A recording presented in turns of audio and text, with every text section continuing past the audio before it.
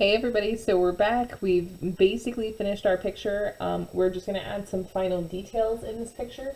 I mentioned all the way at the beginning of our first video that at the very end we were going to actually be playing a curling game, a curling match. So we're going to put some stones in here. We're going to put the skip, you as the skip holding the broom from that perspective, and then we're going to put someone throwing the stone in the back. Alright, so let's go ahead and start with this. So you can really start anywhere. But I'm going to go ahead and start by kind of planning out where my stones are going to go. So I mentioned that you can kind of make whatever game you want for this.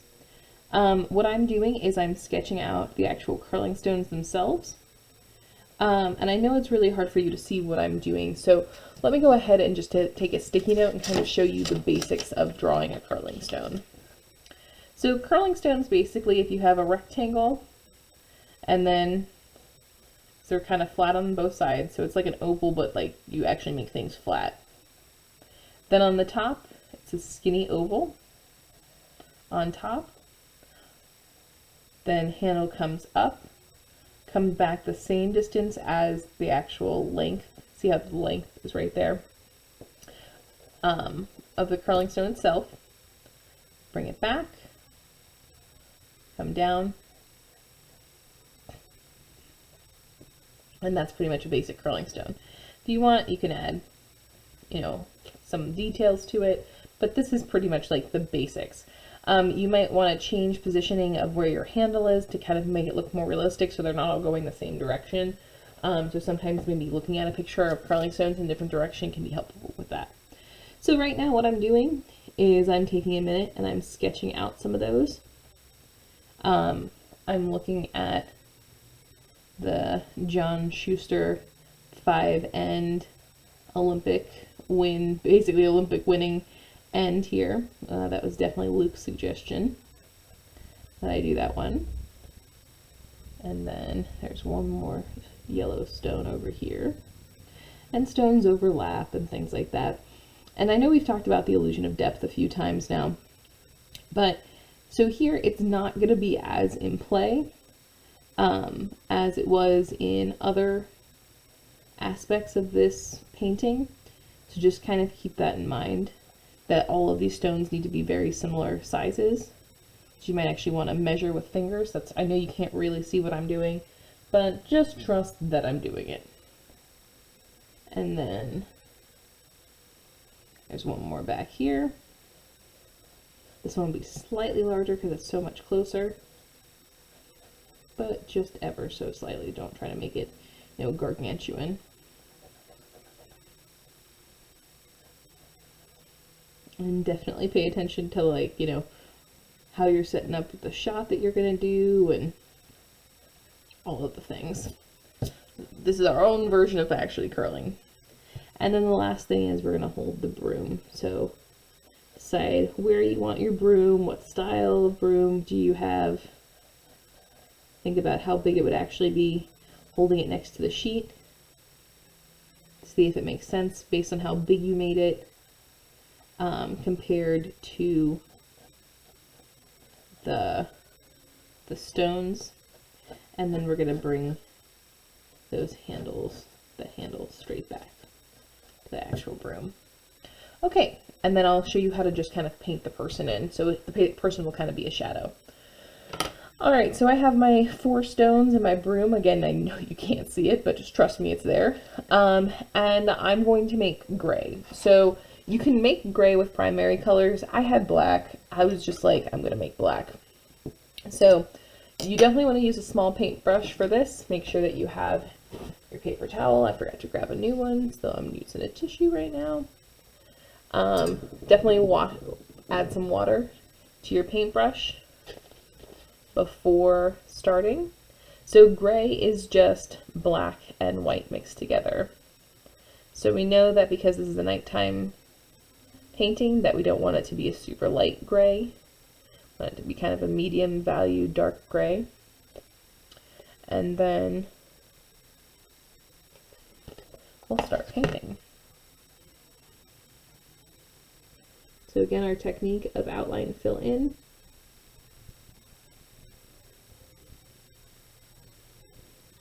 And then I'll show you how to add some shadows to them in just a minute. It's natural variation when you're mixing that color. Works nicely. I just got some in mine, so I like that. I need to choose not to paint it out. And one of the challenging things with any painting is that you don't want things to just look like they're sitting on top of. You want it to look like it's actually a part of the picture. So by adding those highlights, those shadows, that little bit of detail that we've done in the picture. Oh, Katan's visiting us. You're really making your picture look more realistic. I might have to move him. I'm sure he doesn't stop the recording here. But anyway, so you want to go ahead and paint those details, and I'm going to zoom in so you can actually have a fighting chance of seeing what I'm doing. And I'm going to put a weight on the back so my document cover doesn't fall over. Oop, trying to anyway. Sorry, everybody. There we go. Now you can see what I'm doing.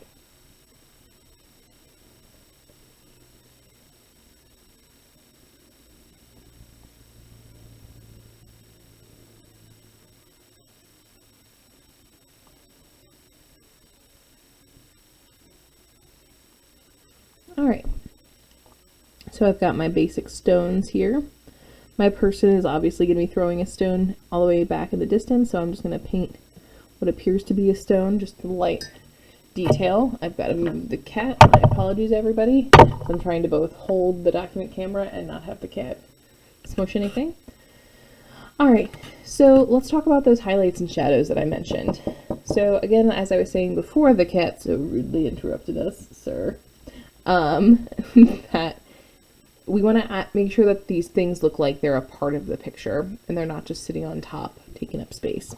So we do that by paying attention to where the moon is coming from, paying attention to really where your light source is emanating from, and kind of adding that light source into each one of your objects. So I'm just adding kind of a hint, a highlight of white onto the edge where it's closest to the moon. And right now it just kind of looks like a check mark. So I'm going to wash out my paintbrush from that white.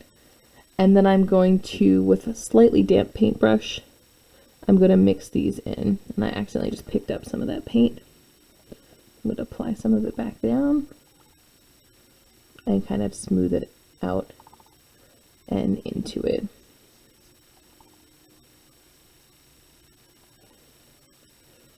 So there we go.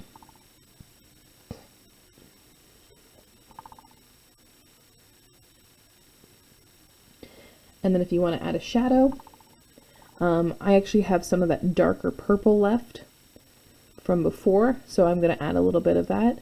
If you don't have it, it was just red and blue mixed together, mostly blue, a little bit of red. And then right underneath it, right at the bottom, you can add a little bit of that shadow. Just basically almost drawing a line at the bottom of it.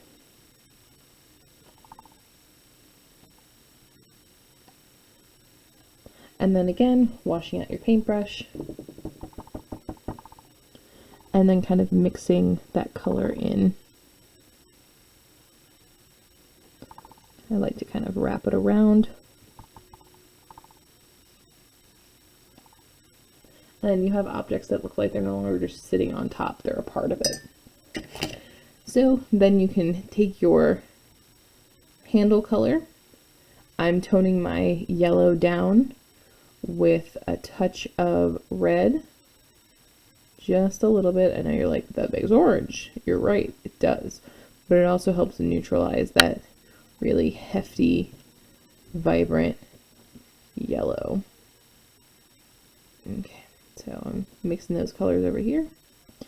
And I'm just going to start to paint in my handles.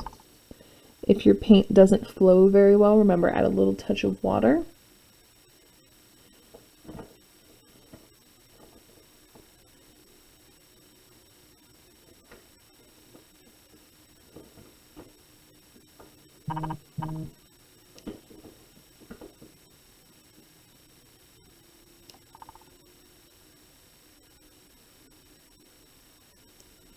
And again, you don't want all of your handles going in the same direction, because when you throw a stone, it's not, they don't all end up in the same direction. They're not all parallel to the hack.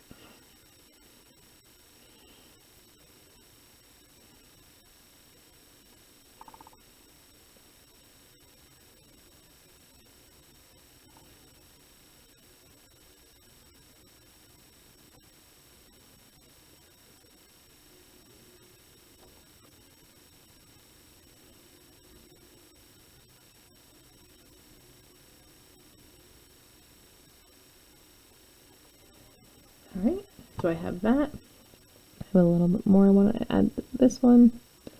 And again, when you're working on something so small, taking a second, taking a step back, looking at what it looks like can be very helpful to see where you need to make areas darker, or if you made something the wrong shape. Being so close to it can be sometimes very challenging.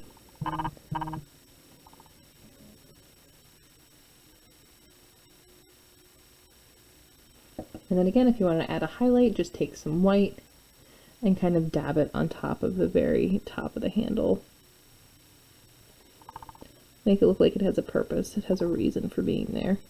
It's not just something you added on last minute. So I have those little bit of highlights there. It's got very painterly quality. It's okay. And then I'm going to go ahead over here and do the broom.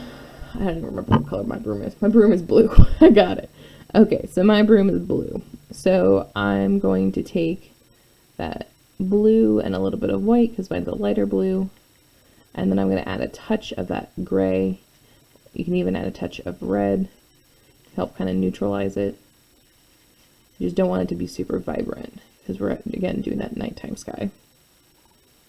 And then make sure I don't paint the exact same color as the ground. Ooh, the challenges. And then we're going to paint those in.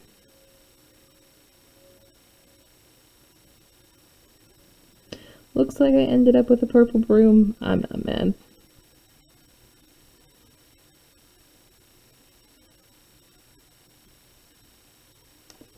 Then I'm going to change the actual handle color.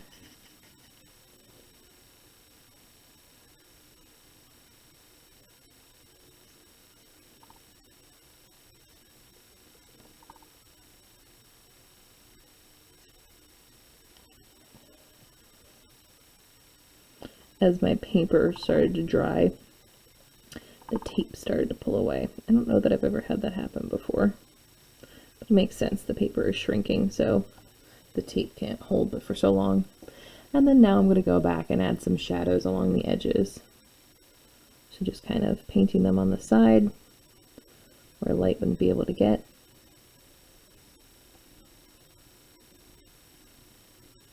Kind of mix it into the middle. I paint it on the other side as well.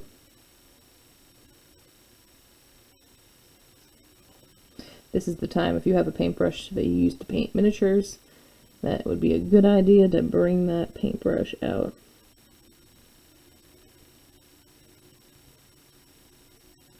Then I'm adding a little bit of darkness on the side of that, and then I'm going to finish it up with a little bit of a highlight. It's a little white. Painting it on top, and then I'm going to add that central highlight right in the middle of the broom. Off my paintbrush, kind of smooth it all together so it doesn't look out of place. And if you made things too thick, see I made this one a little thick over here, this handle. Definitely not going to break when you deliver with this stick, with this broom. But you can always kind of use the colors from before, if they haven't dried, to kind of go back and edit whatever you need to edit.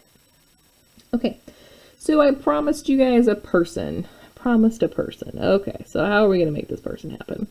I'm adding some details to the back. Don't forget, if you're doing a person actually throwing a stone, you need to give them a stone to throw. So I was painting a little stone back here. You can't necessarily see it right now.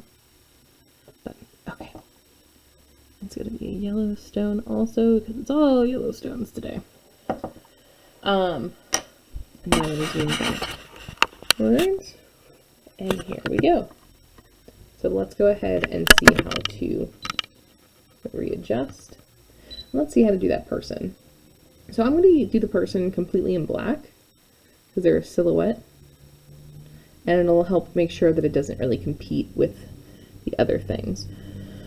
So to make our person, we want to think about the person in the sense of shapes. So your leg's a rectangle, so you have a rectangle from ankle to knee, and another one from knee to hip. So if you're delivering, you're going to have one rectangle for a knee, another one, hips go across, one knee down, one knee back, unless you're one of those gorgeous sliders, then, go ahead and make a straight leg back. And then the torso, head, neck, shoulders, arm going down to the actual stone, one arm out. If you want to do a broom, go for it. If you just want to pretend, go ahead. So on my actual painting, it's not showing up nearly as much as it is right now, but really just doing a blocky person works. If you want to add sweepers on the side, you can do the same thing. You can fix up your curling stone, because mine got a little wonky with that. And again, if you want to add some dimension to your person, look like they're actually supposed to be there, you can give them a little highlight on the head, on their shoulder. And it's actually funny, I can see it better on the monitor than I can in real life. Maybe I should have put my glasses on.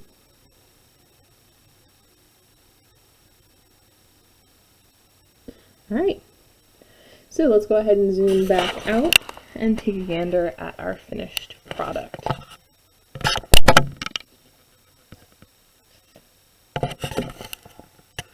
Alright, so there is our finished picture. All of our details. If there's anything you want to go back and add, you can. When you're ready to take off your tape, you want to make sure that you take it off in a 45-degree angle. If the tape starts to rip the paper, come from the other direction. So here, I'll do the satisfying unveiling picture. So again, 45 degrees.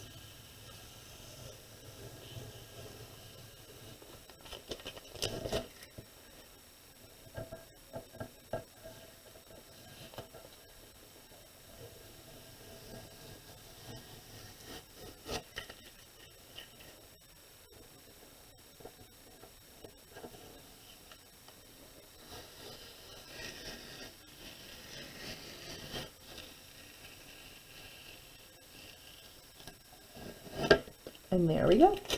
We have our completely finished moonlit painting scene. Alright, you guys, I hope you enjoyed this. I know it was a while. It took us a while to do it, but I think it was worth it. Alright, you guys, see you later.